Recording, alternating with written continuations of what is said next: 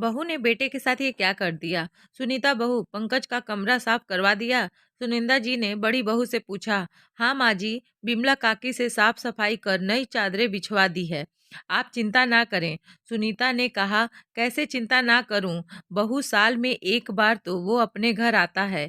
इस एक सप्ताह में ही तो उसे जी भर लाड कर पाती हूँ, सुनिंदा जी ने कहा। सुनीता जानती थी सासू माँ का लगाव छोटे बेटे के साथ कुछ ज्यादा है और वो पूरे साल का प्यार उस पर लुटा देती है। अच्छा सुन, सोच रही हूँ वो जरा हाथों से मसाले पीस कर आलू तरी बना दूँ, उसे बहुत पसंद है ना। सुनंदा जी ने कहा।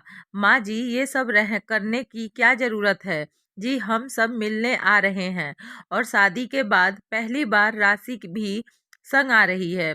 आप इन सब कामों में खुद को परेशान कर बीमार पड़ जाएंगी। रहने दीजिए, सुनीता ने कहा। सुनंदा जी का दिल ना माना, वो लग गई। खरल ओखल में मसाले कूटने, कूटे खड़े मसाले के संग बनी सब्जी का स्वाद भी अलग होता है और खुशबू भी दूर दूर तक जाती है। सुनीता सासू माँ की इस आदत पर मुस्कुरा कर रह गई। कुछ ही देर में पंकज राशि के संग पहुंच गया। मसाले की खुशबू मिलते रसोई में पहुंच सब्जी देख बोला, वाह माँ, मेरी पसंद की सब्जी बनाई है। कहते ही माँ के गले लग गया, मानो जैसे कोई छोटा बच्चा हो। खाने के वक्त जब राशि ने पंकज की कटोरी में अत्यधिक मसाले और तेल वाली सब्जी देखी तो बोली, तुम ये सब खाओगे? ये सब नुकसान करेगा। रुको, तुम्हारे लिए कुछ हल्का बना देती हूँ।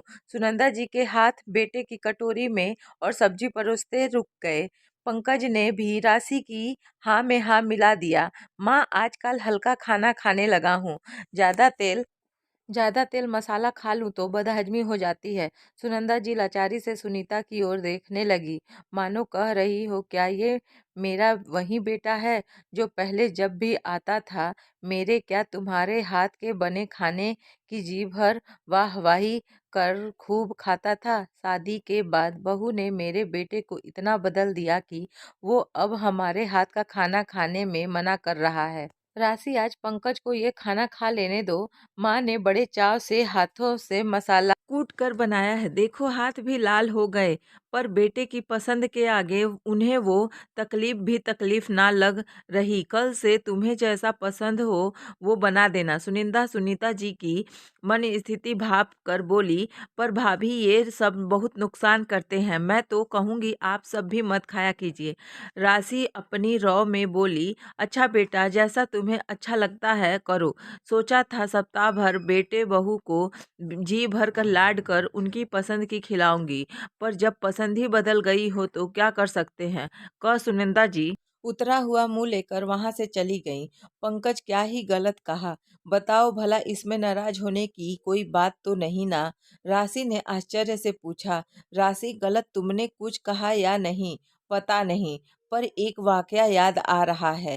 शादी बाद जब मैं तुम्हारे घर गया था तब वहाँ मेरी पसंद का सब कुछ था या तुम्हारी? पंकज ने पूछा। कुछ सोचते हुए राशि ने कहा, मेरी।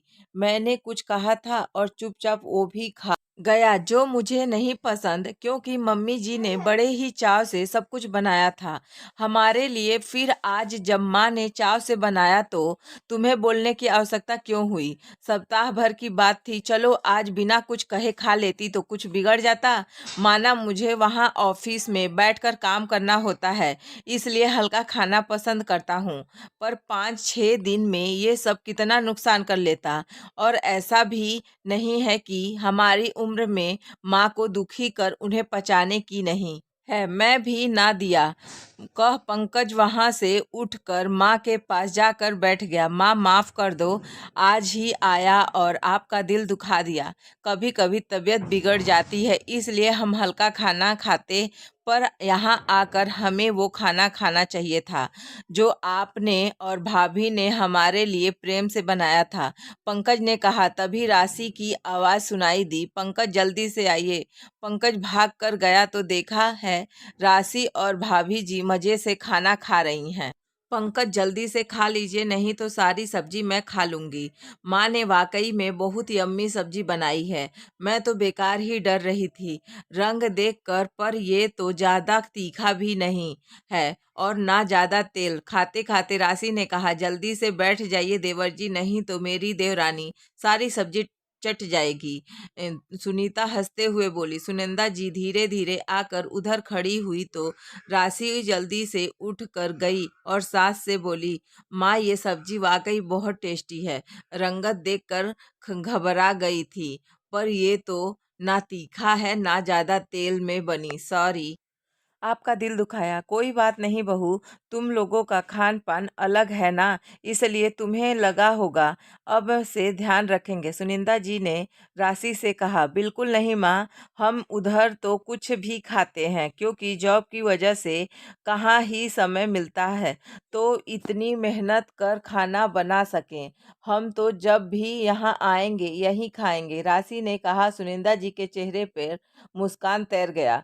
कुछ देर पहले जो राशि ने कहा था उससे उन्हें लगने लगा बेटा बदल रहा, पर ऐसा नहीं था। शायद समय और ज़रूरत बदल रहा था।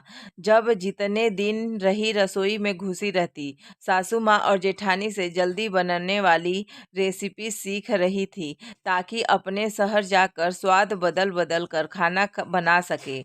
और इस बार तो वो वहाँ जाकर खरल लेने वाली थी, ताकि जब मन करे मसाले कूट कर सब्जी बना सके। दोस्तों, जब पति पत्नी परिवार से अलग अपनी गृहस्थी बसा लेते हैं तो अपने हिसाब से सब कुछ करते हैं। साल में सप्ताह भर को भी नहीं जाना हो तो कितने लोगों को तो बदलाव रास ही नहीं आता। वो उधर भी अपने हिसाब से रहना चाहते हैं, पर आपके अपने वो तो आपको उसी रूप में जानते हैं जैसा वो आपको देखते आए हैं। ऐसे में उनकी खुशी के लिए वो काम कर लिया करें जो उन्हें पसंद है। बाकी दिन तो आप अपनी मर्जी के मालिक होते ही हैं।